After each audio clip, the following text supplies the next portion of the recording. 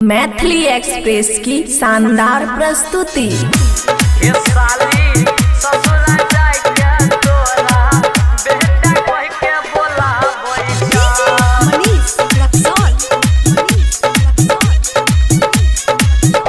हे साली भैया के है कहेला कहा साधु बद में खेलाबै छे। हे साली भैया के है कहेला कहा साधु बद में खेलाबै छे।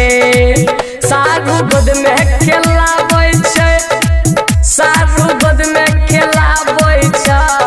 एक दिन ससुरा जाय के तोरा बेटा कह के बोलाबै छा।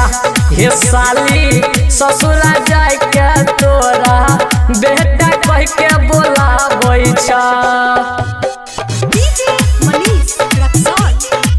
ससुरा जाय के तोरा बेटा कह के बोलाबै छा। बेटा कह के बोलाबै छा। कि जब तू रहल साली कुमारे भैया जाके पछुआरे में मारे। है साले भैया पछुआरे में मारे। कि जब तू रहल साले कुमारे भैया जाके पछुआरे में मारे। है साले भैया पछुआरे में मारे। साली है तो एक दिन ऐसे तोरा पोल्हावे बबुआ कह के बोलाबै छा। हे साली भैया के है कहेला कहा साधु बद में खेलाबै छा। ससुरा जाय के तोरा बेटा कह के बोलाबै छा। बेटा कह के बोलाबै छा। कि जखनी लगता प्यार के बबूती छूट जैता जवनिया से लोती। है साली छूट जैता लोती।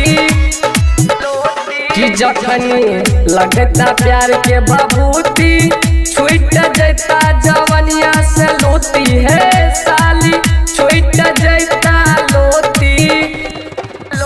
राइटर मणिकांत यादव सावन कह के बोलाबै छा। हे साली सूरज यादव आमोद हे अकेला बोलाबै छा। खुशी रिकॉर्डिंग स्टूडियो बलुआहा।